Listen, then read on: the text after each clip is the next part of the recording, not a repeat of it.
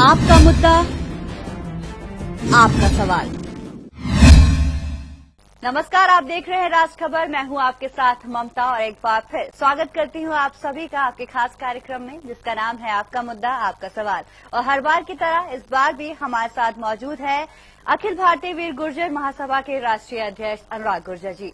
अनुराग जी, बहुत बहुत स्वागत है आपका। दर्शकों, जैसे कि आपको पता है, आपका मुद्दा आपका सवाल में हम बात करते हैं गुर्जर समाज के इतिहास के बारे में और जानते हैं काफी उनके जो पहलू हैं, काफी मुद्दे हैं, उनको हम उठाते हैं और आपके सामने पेश करते हैं। अनुराग जी, हर बार ऐसा होता है कि हमारे साथ बहुत सारे दर्शक जुड़ते हैं, जहां वो बधाई संदेश देते हैं, वहीं उनके कुछ सवाल होते हैं जो वो हमसे जानना चाहते हैं। तो कुछ ऐसे ही दर्शक आज भी हमारे साथ मौजूद हैं। तो मैं बताना चाहूंगी, गजेंद्र पाटिल जलगांव महाराष्ट्र से, विजय गुर्जर शहीद भगत सिंह नगर पंजाब से, उमेश गुर्जर यमुनानगर हरियाणा से और रविंद्र रावल पानीपत हरियाणा से। ये दर्शक हमारे साथ जुड़े हैं। आइए आपको सुनाते हैं क्या कुछ इन्होंने पूछा है। सभी मेरे गुर्जर भाइयों को राम राम। मैं राजेंद्र पाटिल, गुर्जर एवं पत्रकार, जलगांव महाराष्ट्र से आप सभी को आने वाली मिहिर भोज जयंती की हार्दिक शुभकामनाएं। मेरा सवाल ये है, पहली बात ये कि अपने गुर्जर समाज का प्रस्तावित कितना है, उसका इतिहास क्या है, गुर्जर समाज निर्माण कहां से हुआ, अपने पूर्वज कौन है, गुर्जर समाज जाति कहां कहां बसी है, तो वो कौन सी किताब ऐसी है कि उसमें गुर्जर समाज का पूरा महत्व हमें मिले, वो कौन सा लेखक है जिन्होंने ये किताब लिखी है, वो किताब कहाँ मिलेगी, और एक आम आदमी जो गांव में रहता है उसके पास कैसे पहुंचेगी, उस किताब का नाम क्या है, ये मेरा सवाल है। दूसरा मुद्दा ये है कि आने वाली 24 तारीख को वीर गुर्जर सम्राट मिहिर भोज की जयंती है। इस जयंती के निमित्त मात्र इंटरनेशनल गुर्जर डे मनाया जा रहा है। इस इंटरनेशनल गुर्जर डे में हर घर में उत्साह मनाया जाएगा, खुशहाली होगी, हर घर घर में दिए जलाना चाहिए, मीठा भोजन करवाना चाहिए, कुछ दान धर्म करवाना चाहिए, ताकि पता चले कि आज हमारे वीर गुर्जर सम्राट मिहिर भोज की जयंती है। ये गुर्जर समाज का अभिमान है कि आज हमारे समाज के जो प्रतीक है मिहिर भोज, इनका 24 अगस्त को इंटरनेशनल गुर्जर डे करके मनाया जा रहा है। तो हर घर में मनाना चाहिए, ये हमारा हक है। और दूसरी बात ये कि आने वाली 24 तारीख को जलगांव महाराष्ट्र एक छोटा कार्यकर्ता के हैसियत से समाज को इकट्ठा करने हेतु, संगठन करने हेतु बहुत बड़ी गुर्जर समाज की रैली निकलवाई जाएंगी, ताकि पता चले कि हमारे गुर्जर समाज के मिहिर भोज जयंती है और ये करना बहुत अनिवार्य है। आप सभी को आने वाले गुर्जर डे के, इंटरनेशनल गुर्जर डे के लिए हार्दिक शुभकामनाएं। घर घर भोज, हर हर भोज, वीर गुर्जर सम्राट मिहिर भोज की जय हो। जय वीर गुर्जर, जय हिंद, जय महाराष्ट्र। बंद। विजय गुर्जर, गांव मुदनोवाल, तहसील बलाचौर, डिस्ट्रिक्ट शहीद भगत सिंह नगर पंजाब से हूं। मैं ऑल इंडिया वीर गुर्जर महासभा के प्रधान अनुराग गुर्जर जी से ये पूछना चाहूंगा कि गुर्जर समाज का इतिहास जानने के लिए कौन सी बुक पढ़ें और वो कहां से प्रोवाइड होगी। नमस्कार, राष्ट्र खबर को नमस्कार। मैं उमेश गुर्जर, जिला यमुनानगर हरियाणा से। मैं सबसे पहले राष्ट्र खबर का धन्यवाद करना चाहूँगा कि ये गुर्जर समाज के मुद्दे उठाते हैं, और उसके बाद अनुराग बैंसला जी का भी मैं नमस्कार करना चाहूँगा कि ये गुर्जर समाज के मुद्दे उठा रहे हैं। मेरा अनुराग बैंसला जी से एक प्रश्न है कि गुर्जर समाज के इतिहास को जानने के लिए किन किताबों को पढ़ना चाहिए और ये किताबें कहाँ से मिलेंगी? अनुराग भाई जी राम राम। मैं गुर्जर रविंदर रावल, गांव बलौर पानीपत का रहने वाला हूं। अनुराग भाई जी, मैंने अपने गुर्जर समाज का इतिहास पढ़ना है, उसके लिए मैंने कौन सी किताब पढ़नी पड़ेगी? अनुराग जी, यहाँ पे जो सारे दर्शक हैं इन्होंने एक ही प्रश्न को पूछा है कि आखिर गुर्जर समाज के इतिहास के बारे में वो जानना चाहते हैं, तो उसके लिए उनको कौन सी किताबें, कौन सी बुक्स उनको पढ़नी होगी जिसके वजह से वो उनके इतिहास के बारे में अच्छे से और डिटेल से जान सके। जी, बहुत अच्छा प्रश्न पूछा है इन सभी ने, और ये लोगों के लिए जिज्ञासा की बात भी रहती है कि भी कौन कौन सी किताबें पढ़ें। तो गुर्जर समाज का इतिहास जानने के लिए आपको जो कई मुख्य किताबें हैं मैं वो बताता हूं। सबसे मेन किताब है the history of Gurjar Pratihara. ये Munshiram Manohar Lal and sons publisher हैं इसके, और इसके राइटर हैं बीएन पुरी। इस किताब के बारे में बताता हूं मैं आपको थोड़ा विस्तार से कि ये किताब जो है the history of the Gurjar Pratihara, ये बीएन पुरी जो हिस्टोरियन थे उन्होंने 1937 में इसी किताब, ये जो किताब है इसी के ऊपर उन्होंने, मतलब ये उनकी थीसिस है पीएचडी की, उन्होंने गुर्जरों के ऊपर पीएचडी करी थी उन्होंने, और वो सारी ऑक्सफोर्ड यूनिवर्सिटी से करी थी देश आजाद होने से 10 साल पहले। तो ये किताब मुंशीराम मनोहर लाल एंड सन्स से जो भी लेना चाहे ले सकता है। इसमें बहुत विस्तार पूर्वक और बिल्कुल इसके आप प्रीफेस पढ़ोगे, प्रीफेस में ही गुर्जरों के बारे में उन्होंने पूरा बता रखा है भी ये गुर्जर जाति क्या है, और इस गुर्जर प्रतिहार वंश ने क्या क्या देश के लिए बलिदान दिया, क्या क्या इसका योगदान था, क्या क्या इसका आर्किटेक्चर में क्या काम किया इसने, या भविष्य के लिए इनकी क्या प्लानिंग थी, वो सारी चीजें सब कुछ आपको वहां पे मिल जाएगा।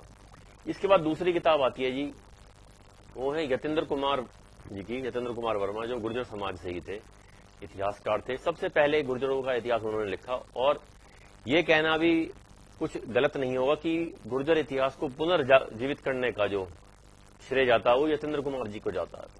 उनकी किताब है गुर्जर इतिहास, जो उन्होंने लिखी गुर्जरों के इतिहास के ऊपर है, और इतनी सटीक किताब है, उसमें एक एक चीज, एक एक लाइन का उन्होंने रेफरेंस दे रखा है। ये इस शिलालेख में वर्णन है, इसका इस शिलालेख में वर्णन है, यहाँ गुर्जर लिखा गया है, यहाँ ये हुआ है, यहाँ मतलब अपने आप में ये लगाइए गुर्जरों का ग्रंथ कह लीजिए उसे आप एक तरह से।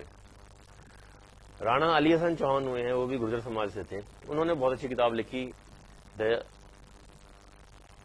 हिस्ट्री ऑफ गुर्जर्स के ऊपर, जो उन्होंने लिखी है अ शॉर्ट हिस्ट्री ऑफ गुर्जर्स, वो बहुत अच्छी किताब है, इंग्लिश में है। उसका हिंदी में ट्रांसलेशन भी जो यमुनानगर के गांधी जी हैं गुर्जर कन्या विद्या मंदिर के, उन्होंने उसका हिंदी में ट्रांसलेशन कराया, वो बुक भी अवेलेबल होगी। इसके अलावा नौनिहाल सिंह जी की बुक है, इसके अलावा नौनिहाल सिंह जी की भी बुक है the royal Gurjars and their contribution to the history of India.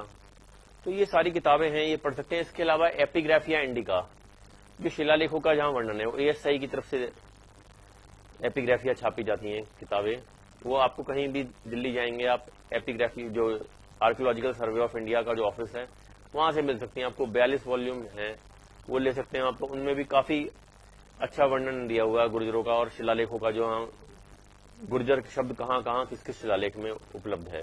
हम भी धीरे धीरे करके, हमारे पास दीपक की ड्यूटी लगा रखी है, उसने एपिग्राफी इकट्ठे कर लिए हैं काफी, और उनमें कहाँ कहाँ है वो आप देखते हो कि फेसबुक पे जो हमारा अखिल भारतीय वीर गुर्जर महासभा का पेज है, उस पर हम निरंतर डालते रहते हैं कि भी इस एपिग्राफिया में, इस वॉल्यूम 1 में, इस इतने पेज पे ये वाला इस राजा का शिलालेख दिया हुआ, और उसमें यहाँ गुर्जरों के लिए ये लिखा गया, यहाँ गुर्जरों के लिए ये लिखा गया। तो वो सारी चीजें, वो इन्फॉर्मेशन हम आपको अवेलेबल करवाते रहते हैं अपने पेज के माध्यम से, और वही पेज से उठा करके उसको बच्चे व्हाट्सएप पे इधर उधर फॉरवर्ड करते रहते हैं। मैंने आपको बताया कि यतेंद्र कुमार जी का बहुत बड़ा योगदान है गुर्जर इतिहास को दोबारा जीवित करने में।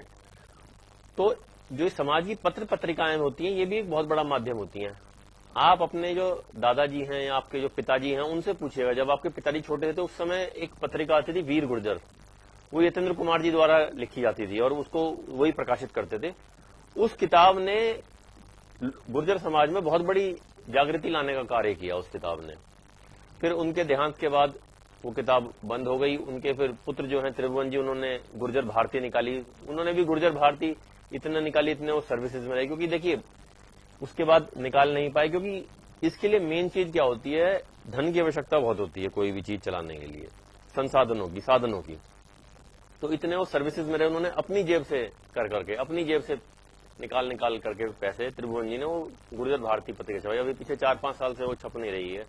बात हुई थी मेरी, तो वो बोल रहे कि फंड्स की प्रॉब्लम है। और इसके अलावा एक और मुख्य बात मैं आपको बताऊंगा कि जो समाज की पत्रिकाएं होती हैं, ये बहुत अच्छा माध्यम होती है लोगों तक अपनी बात पहुंचाने का। अभी जब हमने ये मुहिम शुरू करी 2009 में, 2010 में, तो अपने समाज की एक पत्रिका निकलती है यहां से, जयपुर से, देव ज्योति दर्शन, मोहनलाल वर्मा जी उसके संपादक हैं। तो हमारे इस कार्य को सबसे पहले उन्होंने छापा। फिर जगदीश जी हैं शिवपुरी मेरठ, यहां से शिवपुरी मध्य प्रदेश से, उन्होंने हमारी चीजों को छापा और लोगों तक पहुंचा। तो पत्रिकाएं एक बहुत माध्यम है। मगर क्या हुआ, पीछे आंदोलन के बाद इतनी पत्रिकाएं हो गई, अब कोई कुछ बोलता। अब इसमें क्या होता है, पत्रिका का एक स्टैंडर्ड मेंटेन रहना चाहिए। अब कोई किसी का, पत्रिकाएं वहां तक तो ठीक है, अभी समाज की कुछ भाई खबर है, जानकारियां वो दे रही है, मगर जो किसी का भी कोई भी लेख उठा के छाप दिया, किसी को भी गुर्जर लिख दिया, कर दिया, ऐसे करके, और उससे बहुत एक गलत संदेश जाता है समाज में, तो वो चीज नहीं होनी चाहिए। अभी पीछे जब हमने प्रोग्राम किया था, अपना पहला अधिवेशन किया था 2013 में, तो एक पत्रिका वाले थे, उन्हें हमने भाई अपनी तरफ से ऐड भी दिया पत्रिका में, और ये बोला भाई आप इसको छापो, मगर किसी दूसरे के कहने से, किसी दूसरे के प्रभाव में आके उन्होंने हमारी पूरी न्यूज ही बदल दी, संगठन का नाम ही बदल दिया, यहां तक कि ऐड में भी संगठन का नाम गलत डाल दिया। और ऐसा ही अभी पीछे मनीष जी के साथ हुआ 2 साल पहले। मनीष जी का, जो हमारे प्रदेश अध्यक्ष हैं राजस्थान में, उनका फोन आया, बोले जी ये पत्रिका वाले हैं, ये ऐसे बोल रहे हैं भाई, इतने का ये सिस्टम इस तरीके से हमारे हिसाब से ऐसे करो। तो उन्होंने बोला जी मैं तो कर नहीं पाऊंगा, तो उन्होंने मनीष जी के खिलाफ भी छाप दिया। तो उससे, उस चीज से क्या होता है, उससे एक नेगेटिविटी जाती है। तो उससे क्या हुआ, कोई रिजल्ट तो आया नहीं, उनको उन्होंने गलत छापा, और आज की डेट में वो, उनका कोई अस्तित्व नहीं है, बिल्कुल निराधार सारी बातें। तो ऐसे नहीं करना चाहिए। इससे क्या, क्योंकि पत्रिका एक ऐसा माध्यम है, पत्रिका से समाज में बहुत जागृति आती है। पत्रिका वाले न्यूज दें, वो सारी चीज अवेलेबल कराएं कि हाँ भाई ये हैं, और बुक्स जो हैं वो हैं इतनी सारी, उनसे लेके उनको छापें, बजाय किसी फर्जी इतिहासकार जो अपने आप को कह रहे हैं उनका लेख छापने के। उससे समाज भ्रमित होता है। अभी दुनिया भर में कभी इसको गुर्जर बता दिया, कभी इसको गुर्जर बता दिया। अभी पीछे हमारे जो महासचिव हैं लोकेश भाई, जो हैं वहां से जयपुर से हैं, उनका फोन आया, बोले भैया एक पत्रिका आई है मेरे पास, और उस पत्रिका में ये लिखा हुआ है कि किसी के लिए साहब कि ये गुर्जर हैं। बोले ये तो गुर्जर है ही नहीं। तो बोल रहे, मैंने फिर उनको फोन लगा के कहा, तो उसमें लिखा हुआ था पत्रिका में वकील। तो मैंने उनसे पूछा, तो जिसकी पत्रिका थी उसने तो फोन उठाया नहीं, उसके बेटे ने फोन उठाया। तो मैंने पूछा भाई ये क्या है ये, तो उसने बोला नहीं जी ये ऐसे ही है, हमने छाप दिया, किसी का लेख आया तो हमने छाप दिया। उसने बताया लोकेश ने कि भाई ये गलत है, बिल्कुल सरासर, ये तो बिल्कुल आधारहीन, तथ्यहीन बात है, इससे तो आप समाज को बरगला रहे हैं। तो उन्होंने बोला अपने पिताजी से बात कराओ। बोले नहीं पिताजी से नहीं। बोले क्या है आपके पिताजी? बोले वकील हैं। बोले वकील क्या, एडवोकेट? बोले नहीं एडवोकेट नहीं है, वकील हैं। अब आप ये बताइए, जो व्यक्ति पत्रिका छाप रहा है उसे एडवोकेट और वकील में ही उसे अंतर नहीं मालूम, तो उससे क्या, वो जो खुद ही पथभ्रष्ट है, जो ही खुद ही भ्रमित है, वो किसी को क्या सही दिशा देगा, ये बताओ आप। फिर लोकेश ने पूछा क्या वो उन्होंने वकालत कर रखी है? बोला नहीं जी वकालत वगैरह नहीं कर रखी, वो तो बस वैसे ही नाम के ही वकील है। तो ये ऐसे ही नाम के वकील, ऐसे ही कुछ लोग अपने आप को भी पीएचडी किस में करते हैं, पीएचडी करी हिंदी में रिटायरमेंट के बाद, या पीएचडी करी किसी और सब्जेक्ट में, और उसके बाद उठा के उसको वहां रख दिया कि भैया 4-5 किताबें उठा ली और भैया कर करा के बन गए इतिहासकार। तो इनसे क्या होता है, इनसे समाज भ्रमित होता है इन चीजों से। अगर ऐसे नाम रखने से कोई, भाई डॉक्टरेट किस में करी है, बता किस में रहे हो आप, अगर ऐसे कोई नाम रखने से भाई कोई वकील होता, वकील नाम रखने से कोई वकील बन जाता है, डॉक्टर से डॉक्टर बन जाता, तो 125 करोड़ की जनसंख्या, तो हर आदमी अपने बच्चे का नाम प्रधानमंत्री रख लेता। तो इन चीजों से लोग भ्रमित होते हैं और कुछ नहीं है। अब ये बुक्स अवेलेबल कैसे हों, सबसे मेन बात ये है। ये बुक्स हमने क्या करा हुआ है, इन काफी किताबों की हमने पीडीएफ बनवा ली है और वो हम व्हाट्सएप के थ्रू अवेलेबल करवा देते हैं। जावली से गांव है, जावली यूपी में, लोनी के पास में, वहां शैलेंद्र कसाना भाई हैं, वो खुद दिल्ली पुलिस में नौकरी करते हैं। उसके बावजूद हमने उन्हें सिर्फ यही काम सौंप रखा कि जो आपसे बुक्स मांगे आप उसको उसकी पीडीएफ फाइल अवेलेबल करवाओगे। तो मैं उनका नंबर आपको बताना चाहता हूं, 9953556575। मैं रिपीट करता हूं, 9953556575। आप कभी भी उनसे ये बुक्स ले सकते हैं। और the history of Gurjar Pratihara हो गई, या फिर ये द यतेंद्र कुमार जी की गुर्जर इतिहास हो गई, और बहुत बुक्स हैं जो हमने उनको दे रखी हैं। मेन बुक्स तो यही हैं 2, जिनसे भाई आप इतना ही पढ़ लो वही बहुत है। और किताबों को खाली रख के बैठो मत, इनको फॉरवर्ड करो और फॉरवर्ड करो। जिसको भी फॉरवर्ड करो उसको बोलो भैया एक नारा है, ईच वन टीच वन। एक आदमी दूसरे को पढ़ाएगा, उसको समझाएगा। आप एक बार पढ़ोगे, 2 बार पढ़ोगे, 10 बार पढ़ोगे, फिर अल्टीमेटली आपको समझ आ जाएंगी चीजें। तो ऐसे ही धीरे धीरे हमारे पास भी बुक्स अवेलेबल नहीं थी पहले। हम भी इधर उधर खूब धक्के खाते घूमते थे, भटकते घूमते थे। एक है परिषद है उनका, तो हमने उनसे पूछा, मैंने बोला जी बुक्स दे दो। कई बार बोला उनसे, उन्होंने बोला नहीं मैं उनसे पूछ के दूंगा, मैं इनसे पूछ के दूंगा। तो बुक्स अवेलेबल हुई नहीं हमें। मगर आज परमात्मा की कृपा से, महादेव की कृपा से ऐसा है कि आज हमारे पास सारी बुक्स अवेलेबल हैं, और जो बच्चा जो बुक्स मांगता है हम उसको अवेलेबल करवा देते हैं। और हमने सबकी पीडीएफ बनवा रखी है, क्योंकि देखिए हर आदमी इतना धनाढ्य नहीं है, हर आदमी इतना संपन्न नहीं है जो 1000 5-5 हजार की भी किताबें हैं हमारे पास। हमने क्या कर रखा है, उनकी भी ज्ञान जितना बांटोगे, जितना देखिए आपकी धन है, संपत्ति है, जमीन है, उसको जितना आप भागों में बांटोगे वो कम होगी। केवल ज्ञान ही एक ऐसी वस्तु है कि जिसको जितना ज्यादा आप बांटोगे वो उतना बढ़ेगी, दिन दुगना रात चौगुना बढ़ेगी वो। तो इन बुक्स को आप सबके पास सर्कुलेट कीजिए, सबको भेजिए और बोलिए बच्चों को पढ़ने के लिए कि दिन में चाहे आप आधा घंटा निकालिए, एक बार पढ़िए जरूर इनको, क्योंकि उससे आपको अपने आप अपने पूर्वजों का इतिहास का ज्ञान होगा और अपने आप को आप गौरवान्वित महसूस करेंगे। आपके हिस्ट्री से संबंधित जो भी डाउट्स हैं, तो देखिए मैं आपको एक चीज बता रहा हूं, तो आप अगर दिल्ली रहते हैं या आप गाजियाबाद रहते हैं, तो आप मतलब आपके डाउट्स बहुत अच्छी तरह क्लियर हो सकते हैं। गाजियाबाद में तो लोनी में मांडला गांव है, वहां त्रिभुवन सिंह जी रहते हैं। और जो दिल्ली है, दिल्ली में गुर्जर भवन में खुर्शीद भाटी जी रहते हैं। वर्तमान में यही 2 हिस्टोरियंस हैं जिनको नॉलेज है, बाकी तो सब फर्जीवाड़ा मचा रखा है, किसी को नॉलेज नहीं है, तुक्के मारते हैं, तुकबंदी बिठा रखी है।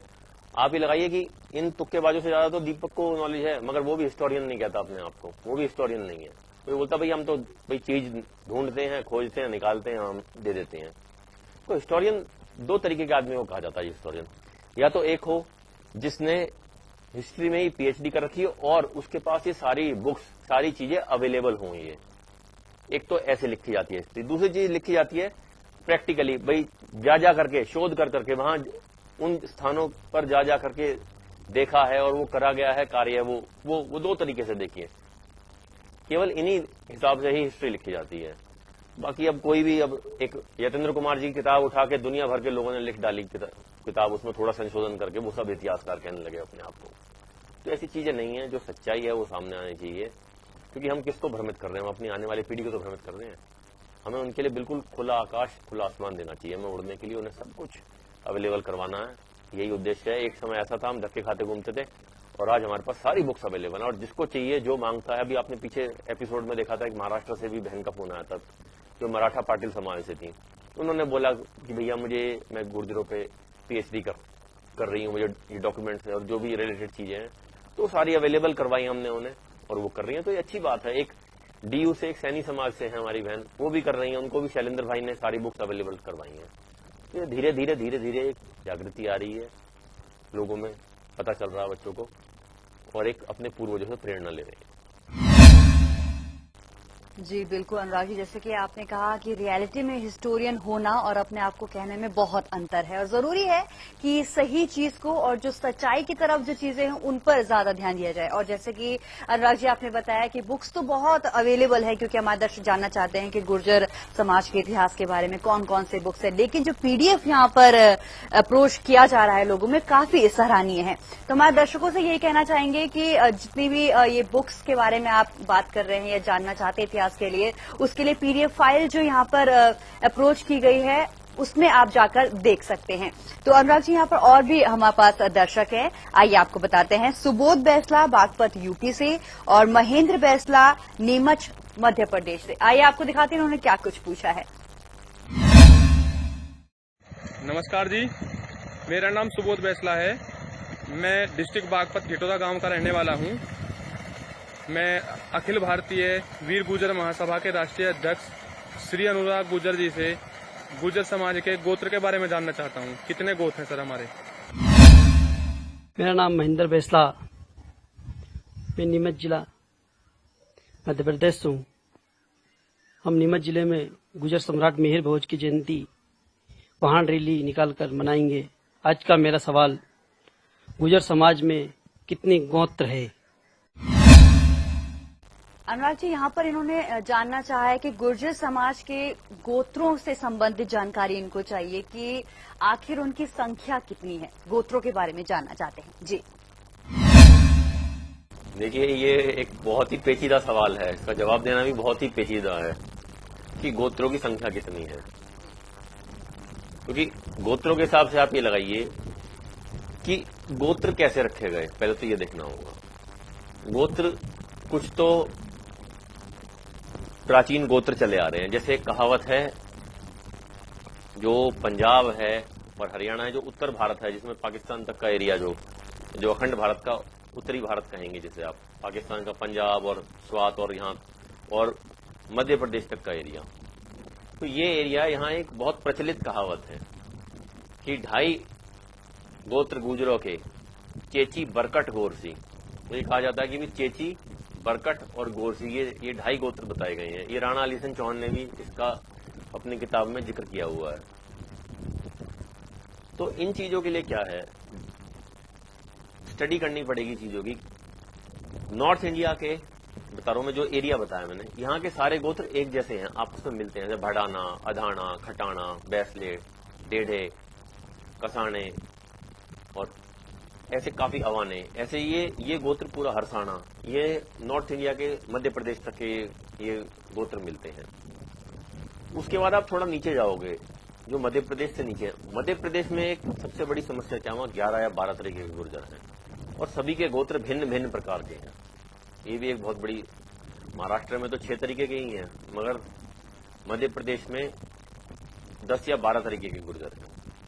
तो उनके गोत्र भी भिन्न भिन्न हैं। जैसे आप हरदा होशंगाबाद वाला ले लीजिए, वो एक पर्टिकुलर एरिया है 2-4 जिलों का, उनके गोत्र और पूरे हिंदुस्तान के कहीं के गोत्रों से नहीं मेल खाते।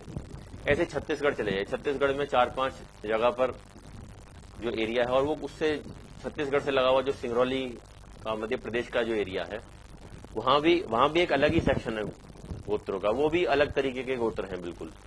वहां का भी यही है कि भाई ये सारे गोत्र जो उस एरिया के हैं वो ना मध्य प्रदेश वालों से मिलते हैं, ना इधर उत्तर भारत वालों से मिलते हैं। अब गोत्रों की यह है कि गोत्र रखे कैसे गए। कुछ गोत्र तो क्या है, प्राचीन चले आ रहे हैं, और कुछ गोत्र रखे गए मतलब स्थानों के नाम पर। जैसे प्रतिहार की ही आगे कई शाखा बन गई, कहीं प्रतिहार मिल जाएगा, जैसे मुजफ्फरनगर में मिल जाता है, अजमेर में मिल जाता है प्रतिहार, मगर उसकी बाद में गोत्रों से आगे शाखाएं कटती चली गई। प्रतिहार जितने भी गोत्रों में अणा आता है, अणा जैसे भड़ाना, खटाना, अधाना, ये अवाना, ये अणा वाले ये सारे प्रतिहारों के गोत्र हैं। ये वो कैसे, दशरथ चौहान, अर्ली चौहान डायनेस्टी के लेखक लिखते हैं कि जो सोनीपत से लेकर अलवर तक का एरिया था उसे भड़ान का कहा जाता था। मतलब भड़ान का मतलब बयाना के जो राणा, बयाना के रूलर्स, वो भड़ाना कहलाए। पाकिस्तान में एक आप देखेंगे खट्टन जगह है, ये जो पंजाबी समाज के लोग होते हैं, जब शादी विवाह होते हैं तो वो गाना गाते हैं, बारी बरसी खटन गया सी खट के ले आया। तो उसमें क्या है, वो खटन जो है, वो खटन अपने आप में गुर्जर प्रतिहारों के समय में एक बहुत बड़ा, ये लगाइए मतलब एक व्यापार का बहुत बड़ा क्षेत्र था, वो बहुत बड़ा बाजार था वहां पे। वो वहां के उसके वहां के जो रूलर्स थे वो खटाना कहलाए। ऐसे धीरे धीरे अलग अलग अवंतिका जो है, उज्जैन जिसे बोलते हैं वर्तमान में, अवंतिका के राणा वो अवाना कहलाए। तो इस प्रकार से हुआ। अब जो हरिराज चौहान थे अजमेर के, जो भगवान देवनारायण के वंश में थे, और भगवान देवनारायण के वंश में ही बीसल देव हुए हैं, तो बीसल देव से जो पैदा हुए, जो बीसल देव के वंशज है वो बैसले लिखने लगे अपने आप को। और जो भगवान देवनारायण का बता रहा हूं, वो चौहान गोत्र था भगवान देवनारायण का, उसकी सारे ये गोत्र शाखा हैं। जो शामली का जो क्षेत्र पड़ता है, आप देखिए शामली में, वहां क्या है, वहां चौहान है, मगर वो 3 सेक्शन में बटे हुए हैं। वो बोलते हैं भाई हम दापे देवड़े कलशान ऐसे लिखते हैं। वो दापे देवड़े कलशान क्या है? वो जो हरिराज चौहान थे, हरिराज चौहान के 3 पुत्र थे, एक थे कलशराज चौहान, एक दीपराज चौहान, एक देवराज चौहान। तो जो कलशराज चौहान के, तो जो चौहान गोत्र के गुर्जर थे, वो कलशाणा लिखना शुरू कर दिया उन्होंने, और कलशाण लिखना शुरू कर दिया, कलशाणा कहीं कलशाण। और जो ये थे आपके दीपराज के, वो दापे लिखने शुरू कर दिया, और देवराज के थे, उन्होंने देवड़े लिखना शुरू कर दिया। तो इस प्रकार लोगों के नाम पर भी गोत्र बने हैं। तो ये अपने आप में एक बहुत बड़ा मतलब टॉपिक है जिसका कोई अंत नहीं है ये। और मेरे हिसाब से गुर्जरों के कम से कम नहीं तो हजारों में गोत्र होंगे, हजारों से कम नहीं है, गोत्र हजारों से फालतू ही होंगे। अब हम जब आई कार्ड बनवाते हैं, जो आई कार्ड आता है, हम वो जो आपके कहने में तो आई कार्ड है, मगर उसके पीछे हम हर बच्चे का जो भी फॉर्म भरता है, उसका माता का और पिता का दोनों का गोत्र मंगवाते हैं। वो इसीलिए कि उसका एक अलग डाटा मेंटेन हो जाए हमारे पास, कि भी ये गोत्र यहाँ है, ये गोत्र यहाँ है, यहाँ। तो ऐसे छत्तीसगढ़ का एक अलग डाटा है, मध्य प्रदेश का अलग डाटा है। मध्य प्रदेश से जो हमारे राष्ट्रीय महामंत्री मनोज भागरे जी जो हैं, मनोज भाई ने बहुत हेल्प करी हमारी वहां के डाटा कलेक्ट करने में। और मैं बताऊंगा, मुझे वहां के ज्यादातर मतलब तो नहीं, मगर ये 80-85% जो वहां के गोत्र हैं वो मुझे कंठस्थ याद है। मुझे यही हाल जो छत्तीसगढ़ है, वहां वाले गोत्र भी मुझे सारे ज्यादातर याद है। क्योंकि वो किस वजह से, क्योंकि उनके फॉर्म आते हैं, तो फॉर्म जो गौरव उन्हें तैयार करके जो देता है जो डाटा होता, तो एक बार उनपे उसे क्रॉस चेक करने के टाइम पे उस टाइम मैं जब उनको देखता हूं, तो उस टाइम काफी चीजों का वहां से भी ज्ञान प्राप्त होता है।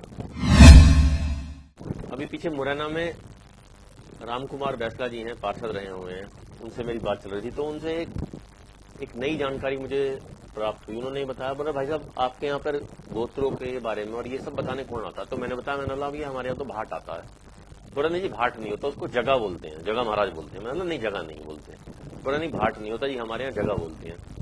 उन्होंने बताया, बोले जगह क्या होता है, जगह महाराज क्या होता है? जगह महाराज उसका गोत्र मतलब जो उसकी जाति होगी वो तो गुर्जर ही होगी, मगर उसके पास आपका पूरा पूर्वजों का आपका सारा लेखा जोखा पूरा उसके पास होता है। बोले हमारे यहाँ वो आता है और उसके पास सारी चीजें सारी अवेलेबल होती हैं।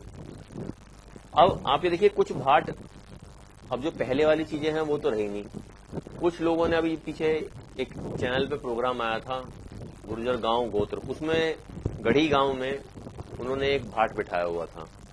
वो पता नहीं कहाँ के कहाँ तुक्के मार रहा था। वो उसने बैसोयों को बता दिया कि आप यहाँ से हो, यहाँ से हो, यहाँ से हो, मतलब पूरी तुकबंदी उसने बिठा दी। जबकि बैसोया गोत्र है, उसने ये तो ठीक बताया कि वहां पे ये गजनी के सुल्तान के लड़के को मार के भागे थे, और फिर जो कपास थी तो कपास में जाके सो गए, बाय में सो गए, तो इसलिए बायसोए हो गए। मगर उसने जो उनकी उत्पत्ति बताई वो बिल्कुल गलत बताई उसने। वो वहां लग रहा कि वो टोटल तुकबंदी मार रखी थी उसने, क्योंकि बैसोयों का जो ये निकास जो है ये भी चौहानों की ही ब्रांच है, एक जो चौहान गोत्र की ही ब्रांच है बैसोया भी।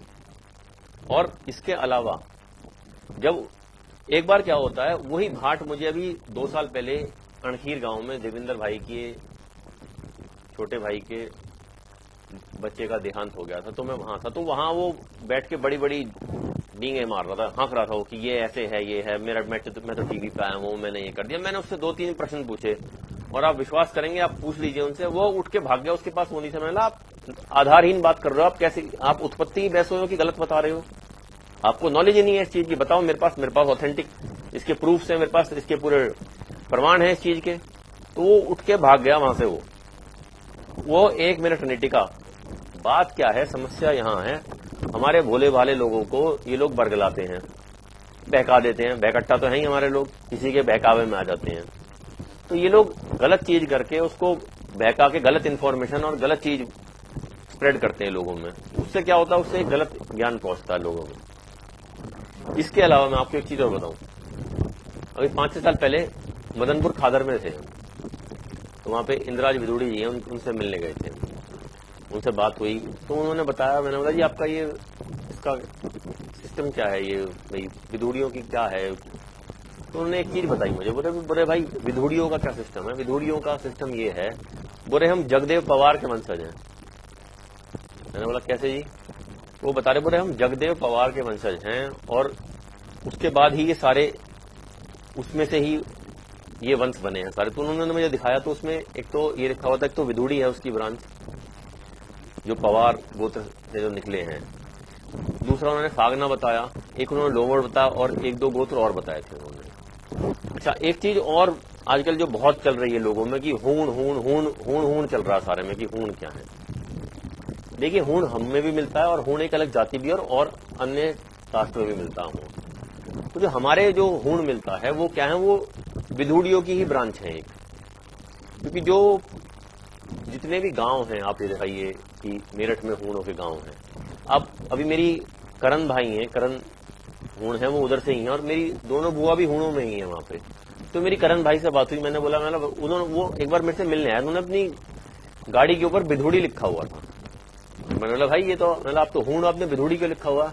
बोले नहीं भाई साहब, ये पता नहीं हूण क्यों लिखने लगे वहां से। बोले हमारा निकास तो है वो हमारा तुगलकाबाद से, हम लोग तुगलकाबाद से ही जाके बसे हैं और पूर्वज यही बताते हैं, और मैंने अपनी पूरी वंशावली चेक कर रखी है। तो वंशावली जो बता रहे, बोल रहे भाई वंशावली जब चेक कर रखी है हमने, बोले हमारा निकास जो है हमारा तुगलकाबाद से निकले हैं हम लोग। तो मैंने बोला अच्छा जी। तो फिर उन्होंने बताया, बोला हमारा ओरिजिनल गोत्र तो हमारा विदुड़ी है। बोले अब ये पता नहीं हमने वहां जाके हमारे लोगों ने हूण क्यों लिखना शुरू कर दिया।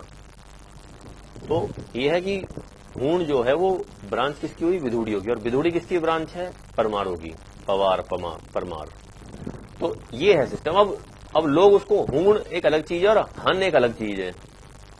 हन तो विदेश के हो गए, जो अटीला दहन और ये सब जो फिल्म, अब वो बता रहे बोले हंगरी से आए हैं, वो कहीं तुकबंदी नहीं बैठती। बोले हंगरी, देखिए बहुत टाइटल ऐसे हैं, बहुत टाइटल ऐसे हैं जो विदेशों में क्या 7 समंदर पार भी मिल जाते हैं।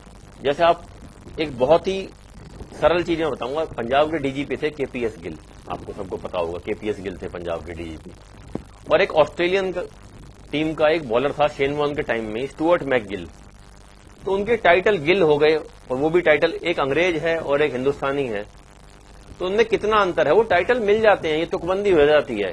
जैसे हमारे लोगों में बोलेंगे भैया बस बहुत हो गया, बस बस। और जो इंग्लिश भाषा में उसमें बस एक व्हीकल को बोलते हैं। तो बहुत शब्द हैं, अब उनको जोड़ना बिना निराधार तरीके से, वो तुकबंदी है, मैं बता रहा हूं आपको, उसके अलावा कुछ नहीं है। हूण जो है, जो गुर्जरों में हूण मिलते हैं, वो परमारों की ब्रांच है, वो विदुड़ियों की ब्रांच है, वो गुर्जर हैं, वो कोई विदेशी नहीं है, उनका बाहर के किसी उससे कोई लेना देना नहीं है। ये फर्जीवाड़ा मचा रखा है इन लोगों ने, तुक्के मार रहे हैं, ये भी गुजर है, ये भी गुजर है, वो ये हंगरी से आए, ये आए, ये सारे जो भी ये फैला रहे हैं, ये सब एक्सीडेंटल केस हैं। ये झूठ फैलाना इनका वो है, बस किसी भी तरीके से कोई भी चीज प्रचारित करके फालतू की, पर यह अपना महिमा मंडन करना इन लोग। क्योंकि ये गोत्रों के बारे में बात हो रही थी तो काफी लंबा विषय है, लेकिन अनुराग जी जिस तरीके से आपने हमारे दर्शकों के सवालों के जवाब दिए हैं, उम्मीद है कि उनके सवालों के जवाब उनको मिल गए होंगे, काफी हद तक वो संतुष्ट हो गए होंगे। वहीं हमारे पास कुछ बधाई संदेश भी हैं जिनका हम तहे दिल से स्वागत करते हैं। आइए आपको बताते हैं कौन है दर्शक जिन्होंने अपने बधाई संदेश हमें दिए हैं। ये हैं डॉक्टर निधि सिंह गाजियाबाद उत्तर प्रदेश से, जेके तंवर दिल्ली से और प्रभाकर सेठ कोंकण महाराष्ट्र से। आइए आपको सुनाते हैं। I'm Dr. Nidhi Singh from Ghaziabad and I request all the Gujars around the world to celebrate the 8th International Gujar Day, the Jayanti of Gujar Samrat Mihir Bhoj on 24th of August, Thursday, 2017. This is the biggest festival celebrated by the Gujar Samaj and it's also known as Gujar Diwali. Jai Mihir Bhoj, Jai Dev Narayan, proud to be a Gujar. सभी देशवासियों और मेरे पूरे गुजर समाज को मेरी राम राम जी। मैं जेके तंवर, निर्देशक और कलाकार, प्राचीदल फिल्म प्रोडक्शन प्राइवेट लिमिटेड की ओर से 8वें इंटरनेशनल गुर्जर डे गुर्जर सम्राट मीर भोज जयंती की हार्दिक शुभकामनाएं देता हूं और मैं अखिल भारतीय वीर गुर्जर महासभा की पूरी टीम का अभिनंदन करता हूं। गदर 1857 बनाने के उपरांत उन्होंने मुझे गुर्जर रत्न से सम्मानित किया और कई गांव कई शहरों में जा जाकर उन्होंने लोगों का उत्साह बढ़ाया, उनका मान सम्मान किया। टीम से अनुरोध करता हूं आप हर दिन हर साल ऐसे ही सबका मनोबल बढ़ाते रहें और सभी गुर्जरों को आगे बढ़ने का चांस मिले। मैं फिर से एक मूवी बनाने जा रहा हूं। अगर कोई भाई कलाकार मेरे से जुड़ना चाहता है तो मेरा फोन नंबर है 7838973897। जय मीर भोज, जय गुर्जर, जय हिंद। मैं प्रभाकर शेठ गुर्जर आपको ये भी बताना चाहता हूँ, अनुराग जी के साथ मेरे तो अच्छे संबंध है और गुर्जर लोग जो जहाँ भी है उनके साथ मैं अच्छे संबंध प्रस्तावित करने की कोशिश कर रहा हूँ और मुझे उम्मीद है कि एक दिन ऐसा आएगा कि सभी गुर्जर, सभी जगह के गुर्जर एक हो जाएंगे।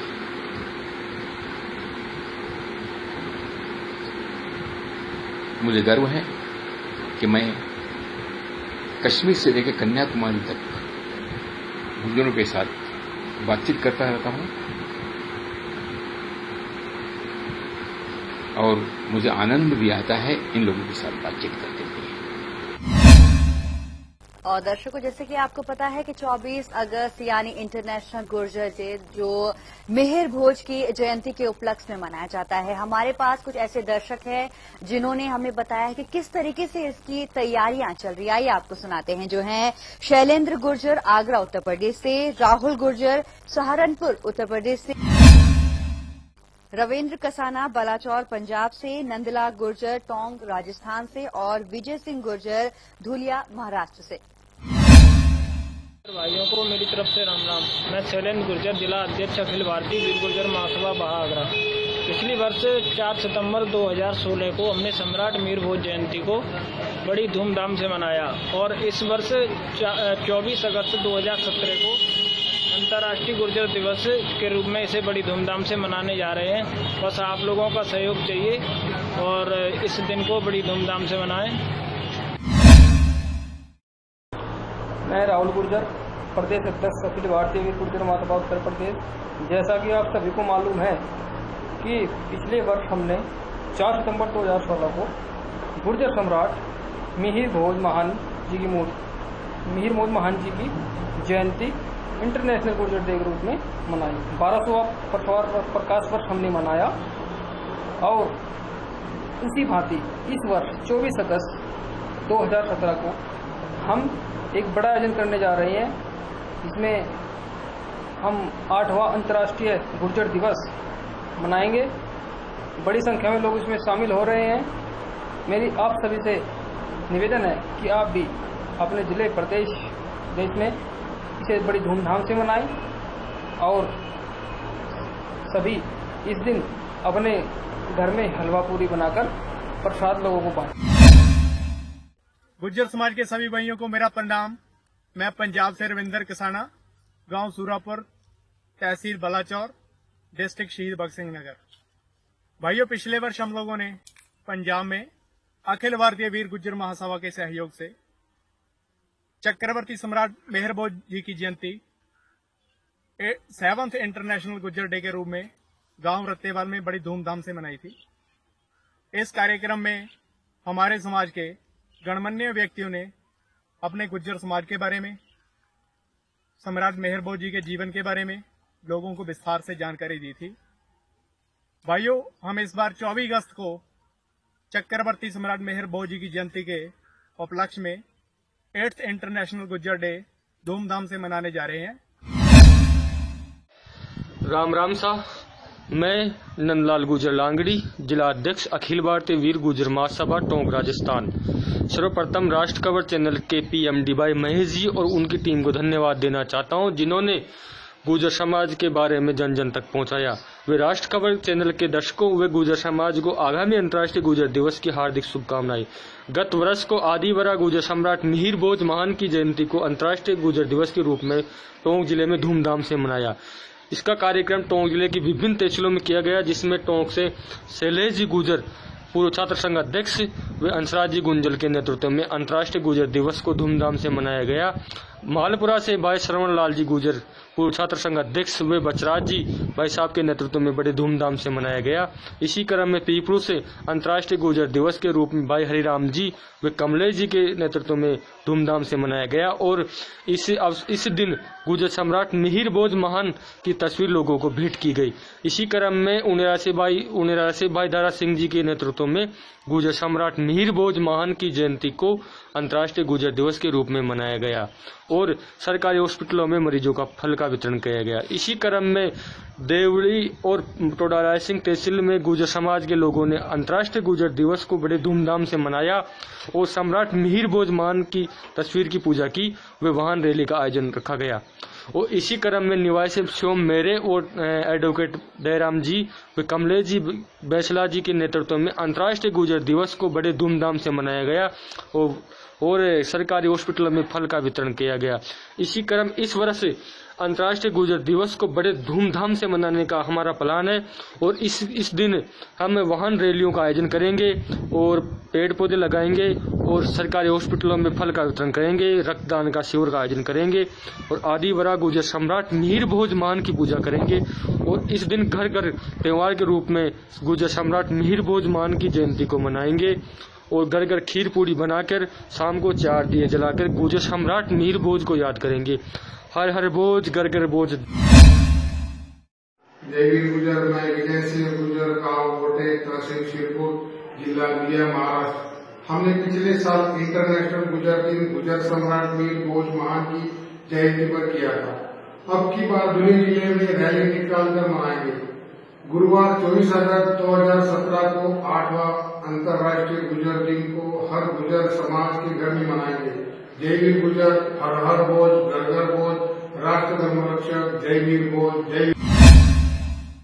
अनुराग जी, इन खास जानकारी जो आपने हमारे दर्शकों को दी है इसके लिए बहुत बहुत धन्यवाद और उम्मीद करते हैं आगे भी आप हमारे सारे दर्शकों के सवालों के जवाब उनको इसी तरह मिलते रहेंगे। फिलहाल हमारे साथ इस कार्यक्रम में इतना ही। हमें दीजिए इजाजत। नमस्कार।